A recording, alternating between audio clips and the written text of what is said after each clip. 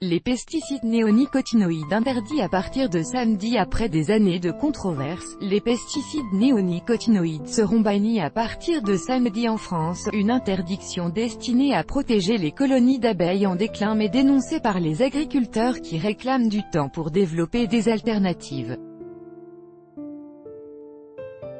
Les pesticides les plus utilisés au monde disponibles depuis le milieu des années 1990, les néonicotinoïdes, ensemble de 7 insecticides neurotoxiques, acétamipride, clocyanidine, imidaclopride, thiaclopride, thiamethoxame, nitampyram et dinotefurane, sont devenus les pesticides les plus utilisés dans le monde.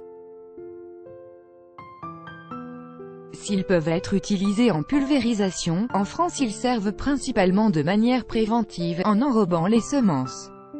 La substance, dite systémique, est absorbée par la plante et se propage à tous ses tissus, y compris le pollen. Betterave, blé, colza, arbres fruitiers, vignes, ils sont utilisés pour débarrasser les cultures des chenilles, cochenilles, pucerons ou insectes mangeurs de bois. Tueurs d'abeilles, comme tout insecticide, à certaines doses, les néonicotinoïdes tuent les insectes, donc les abeilles. Depuis les années 2000, des scientifiques s'inquiètent du fait que même à faible dose, ces substances qui s'attaquent au système nerveux des insectes affectent les pollinisateurs, abeilles et bourdons désorientés, sperme des mâles altérés. Rassemblement écologiste à Paris, le 15 mars 2016. Copyright AFP, Lionel Bonaventure. Les apiculteurs français constatent une hausse de la mortalité dans leurs ruches depuis l'arrivée des néonicotinoïdes. Mais, aucun élément scientifique rigoureux ne prouve qu'ils sont la première cause de mortalité des abeilles, note le directeur scientifique de l'Institut de l'abeille Axel de Courty. Interdit, avec dérogation. L'UE a décidé en avril d'interdire pour les cultures de plein champ l'utilisation de 3 substances, clocyanidine, thiamethoxame et imidaclopride, objet de restriction depuis 2013. La décision, qui permettra les usages sous serre, entrera en vigueur complètement le 19 décembre. La France va plus loin. La loi biodiversité de 2016 prévoit l'interdiction des néonicotinoïdes à partir de ce 1er septembre. Un récent décret d'application précise que les 5 substances jusqu'alors autorisées en Europe pour des usages phytosanitaires sont concernées, les 3 visées par l'UE, plus thiaclopride et acétamipride. Des dérogations sont possibles au cas par cas jusqu'au 1er juillet 2020. Mais elles ne seront délivrées que pour des produits à base d'acétamipride, et dans de faibles volumes, assure le ministère de la Transition écologique. Des dérogations inacceptables pour les ONG, qui réclament l'interdiction d'autres pesticides. Ne nous limitons pas à cette famille. Beaucoup d'autres devraient être interdits, plaide François Veyrette, de Génération Future.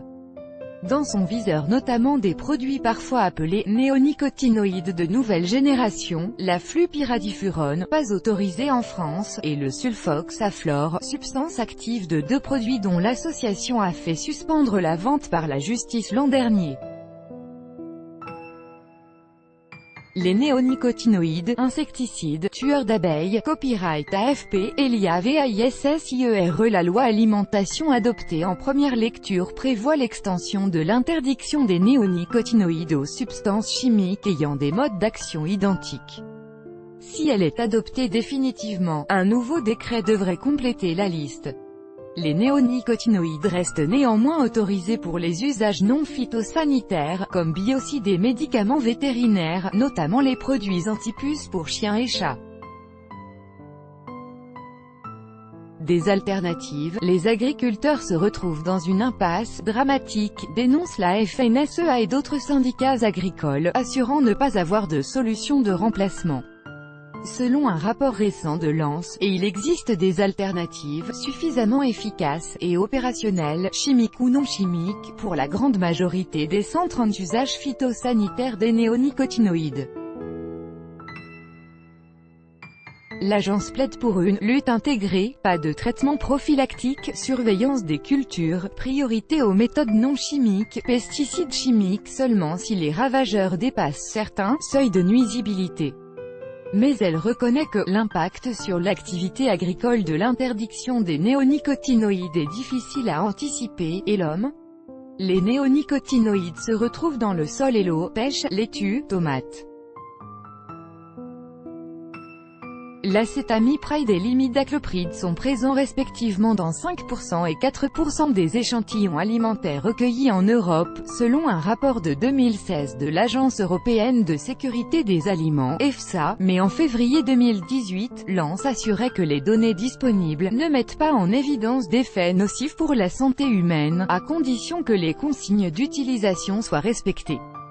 Tout droit de reproduction et de représentation réservé, copyright 2018, Agence France Presse.